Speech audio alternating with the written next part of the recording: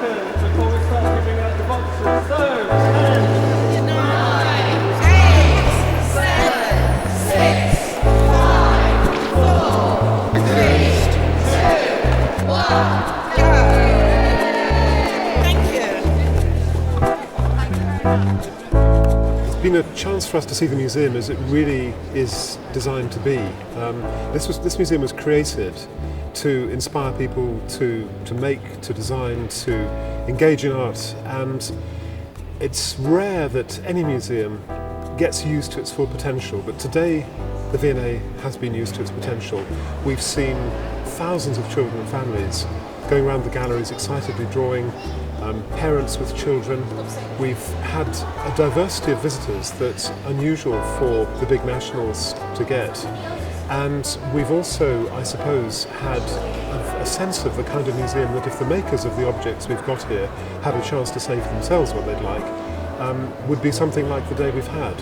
I often imagine the makers standing beside the objects they created in the galleries and looking at how often our museums are places where people stand back and observe, but today they've been active, have been using the place, and museums are here to be used.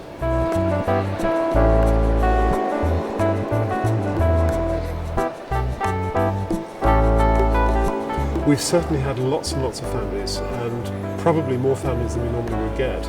We get about 1 in every 4 of our visitors as a family, but today it must have gone up to 1 in 2, I would think. Which is wonderful for us again, because we're investing in the visitors of the next generation and the generation beyond.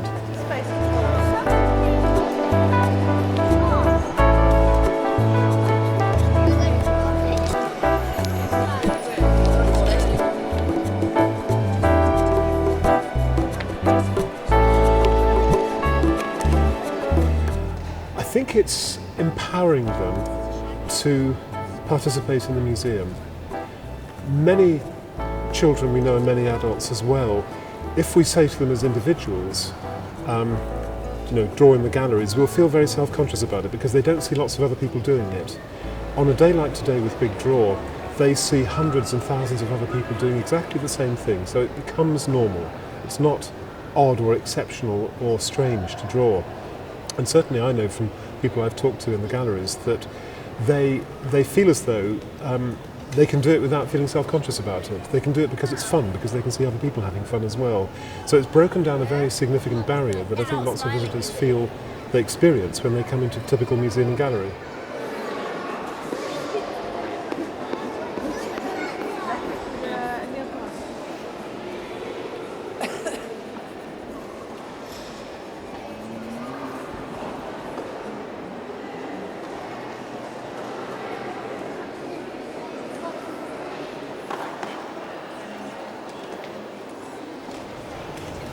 I think it's this huge range of choices for a start that obviously the things we have in the V&A are almost by definition among the most wonderful objects and most wonderful visual images in the world.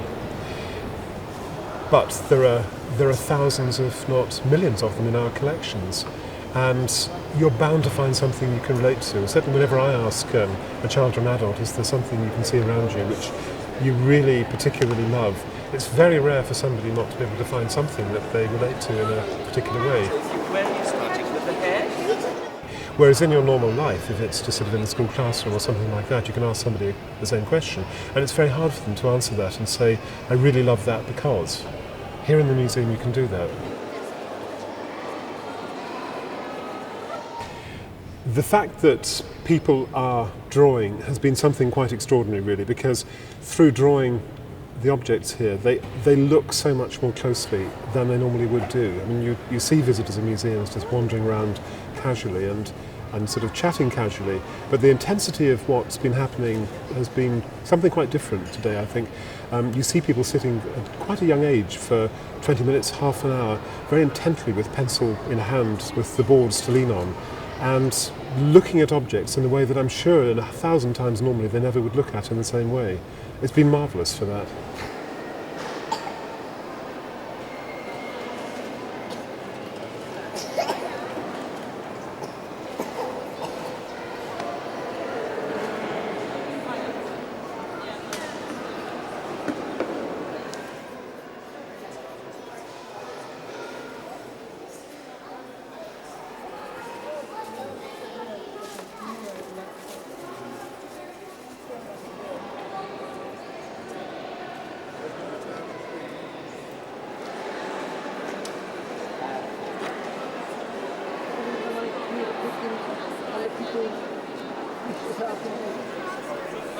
Hopefully these pens will work.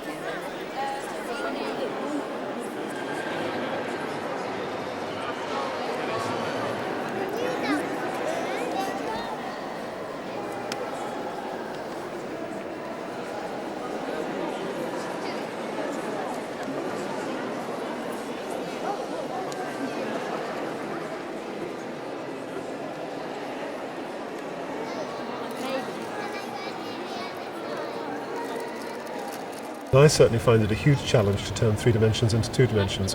But again, I suppose it's the fact that you get the chance to get a start on that. You get the examples of the wonderful artists and designers and cartoonists who are here in the galleries with us, and you get the chance to see what other people are doing as well, and you realise that actually you can do more than you think.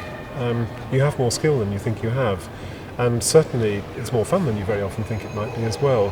So I think it's the first step on the ladder for very many people, and I think lots of people feel that after they've done it once in a place like this, it's much less frightening to come back and have another go later on, perhaps on their own.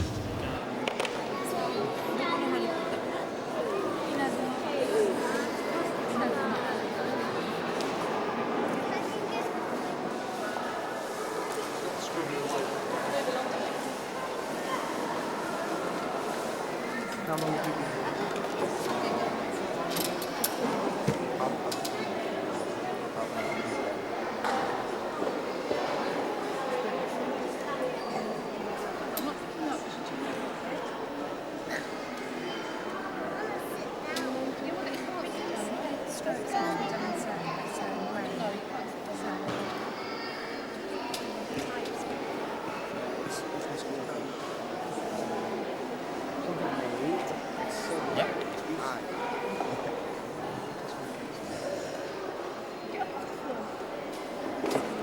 Thank you very much.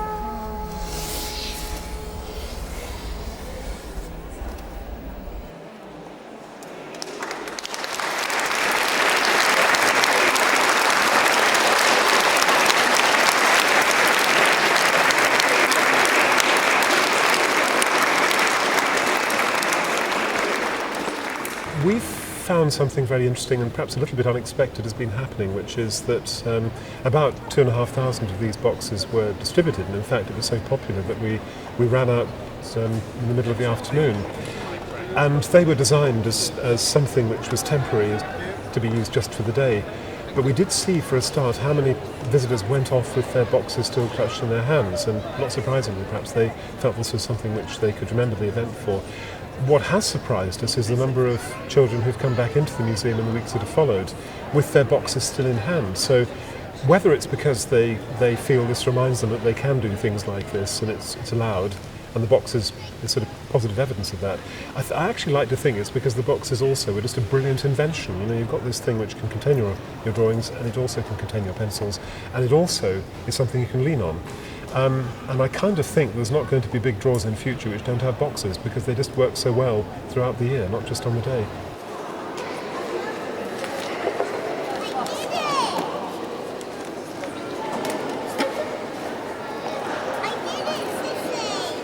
We always have a wish for people to come and draw in the galleries. It's been fundamental of the V&A. It's part of what the museum exists to do. So I think at that level there isn't a great deal of anxiety about it. Some of the objects in our collections are quite vulnerable and could be damaged, and I think that that's something, however, which, you know, we have had them used for drawings and for events for decades, more than a century now, and I think that because of that we know the sensible precautions that need to be taken, and there's been nothing that I'm aware of that's been a problem at all today. I think this is something that we should do regularly. I think other museums should do regularly. It should be part of the everyday life of museums. The strange thing really is that we have created a way of using museums where activity and use is not normal. And what something like Big Draw reminds us of is that actually drawing and activity and participation by the public is the normal thing. There's been a buzz about the galleries, there's been an excitement on the part of the public, which you won't normally get in museums and galleries when they're being used in the more passive way that's typical. The active bit, the drawing bit, should be the norm. The passive and the unparticipative should be the unusual. And I've got a kind of feeling that as the momentum of projects like Big Draw goes ahead, that it'll become more and more usual for museums to be as lively and as vibrant and as exciting as it's been today.